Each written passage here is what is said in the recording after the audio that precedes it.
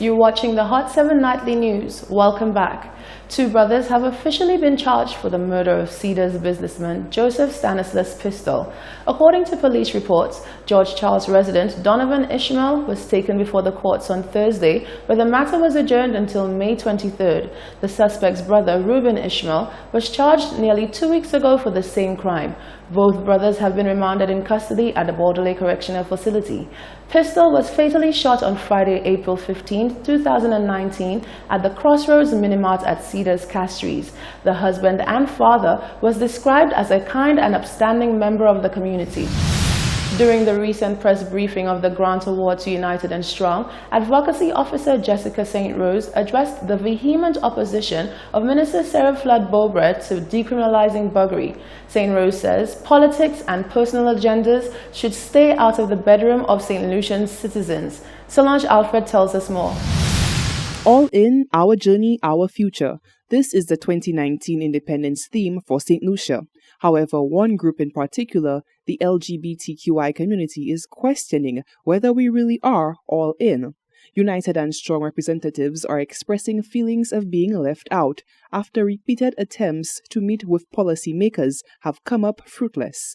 Moreover, one policymaker, parliamentary representative for Castries Central, Sarah Flood-Bowbray, in the past has defended her stance on keeping the anti-buggery laws in the law books of St. Lucia over concerns over the health risks associated with the act.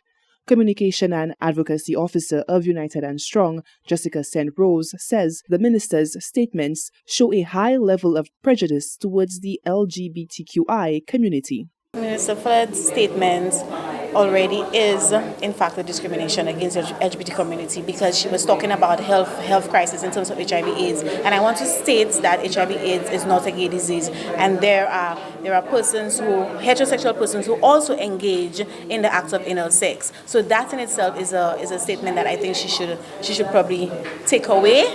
However, she probably can, but it's her belief. Okay. Said Rose says the fine line for personal beliefs and political agendas have been crossed by Minister Flood-Bowbray. I do not believe that she should put her own belief out there as a government representative. I do believe that this is a stand that has to be taken from a government perspective and not her own perspective. At the end of the day, yes, she has her right to her opinion and what she believes in, but I think as a government minister, she should think of everyone and be inclusive of everyone, because at the end of the day, she represents everyone of this land, and everyone includes the LGBT community. And yes, the buggery law is there, and yes, there are heterosexual persons who also engage in anal sex. Is she also thinking about those persons? And she's saying that the anal sex will only impacts LGBT person. No, it health risk impacts everyone across the board. The way forward is through open dialogue from a governmental standpoint, says St. Rose. She noted the societal shift taking place throughout the world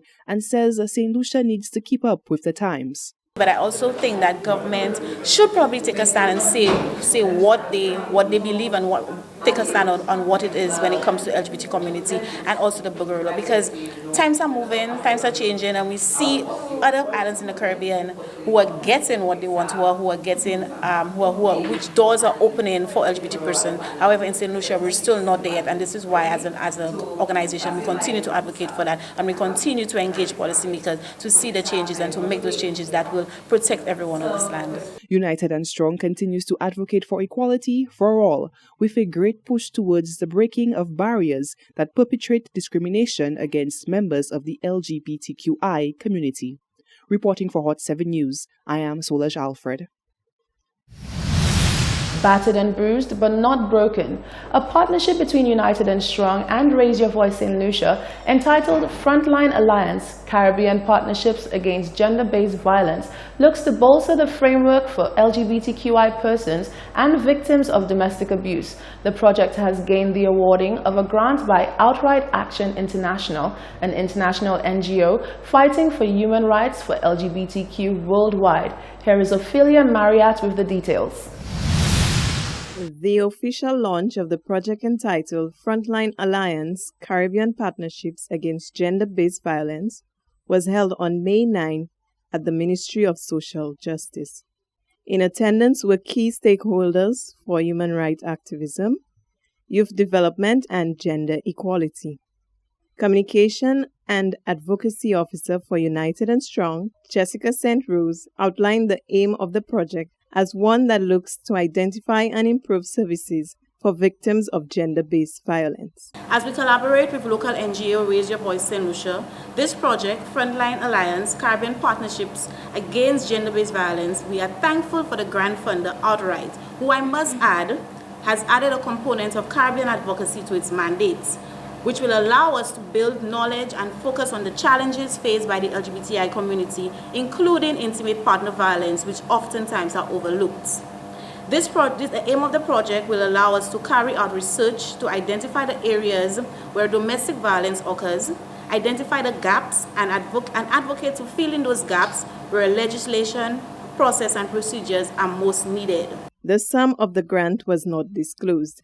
However, President of Raise Your Voice St. Lucia, Catherine Seelys, stated that the grant will work towards providing training for employees and agencies who aid victims of domestic violence. Seelys added, the issue of gender-based violence remains one that is in need of great attention and effort. You hear nice things about gender mainstreaming, and you hear gender rational, and you hear a lot of stuff.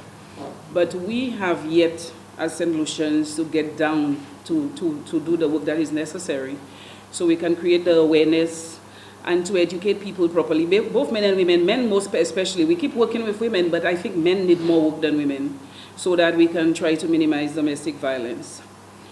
The funder for this project, as Jessica said before, is Outright Action International. Their key focus is on the human rights of LGBTQ people everywhere. However, they have come to the understanding that LGBTQ people do not live on their own in the Caribbean, and they felt it was necessary to come together with women's organizations from St. Lucia, Trinidad, Antigua, Haiti, to work with women's groups to see how best they can help out, to create awareness, and to see how much change we can create. Policy Program Officer in the Research Department of the Ministry of Social Justice, Shanini Gravelis, announced that plans are underway to comprehensively attack the issue of gender-based violence. As it pertains to gender-based violence, the Ministry of Equity currently is working on and is collaborating with the other departments on 3 projects. The first being the Juvenile Justice Reform Project, which is funded by the United Agency for International Development, USAID, and through this project, the Domestic Violence Bill is one of the model bills on the table, and it is being reviewed in order to ensure that we cover all aspects of domestic violence. Also, UNICEF is partnering with the ministry to do a comparative analysis of the current Domestic Violence Proceedings Act, as well in collaboration with USAID and our ministry to ensure that what obtains and what is in the new bill is really going to work to the benefit of all those on island and all groups. Gravelis congratulated the 2 organizations, United and Strong and Raise Your Voice St. Lucia, for securing the grant award. This, he said, will work towards continued advocacy for gender-neutral policies and improved services for vulnerable groups. Ophelia Marriott, Hot 7 News. The Pan American Health Organization, PAHO, Director Dr. Carissa Etienne recently paid an official visit to St. Lucia. More on this report from Fennel Neptune.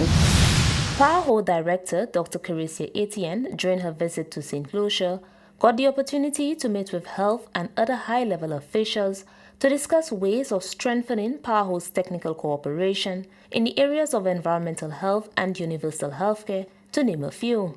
Dr. Etienne says she is committed to working with St. Lucia to provide assistance aimed at improving the health and quality of life for citizens. Certainly going forward, I would like the health sector to ensure much more prevention and promotion, particularly for the chronic diseases and non-communicable diseases, because this is the only way to reduce costs, this is the only way to save lives.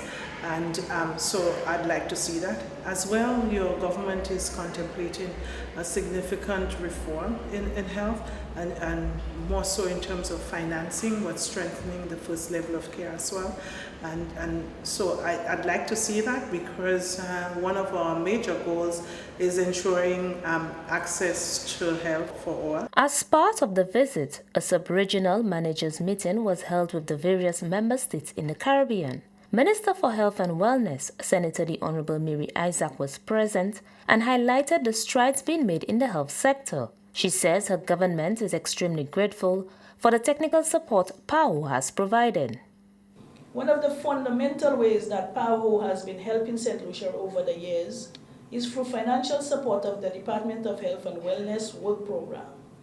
They have provided and continue to provide support in the following areas: health system and services development, family and community care, disease prevention and control, addressing communicable and non-communicable diseases, healthy lifestyles and social environment, environmental health and disaster, as well as health promotion and social communication.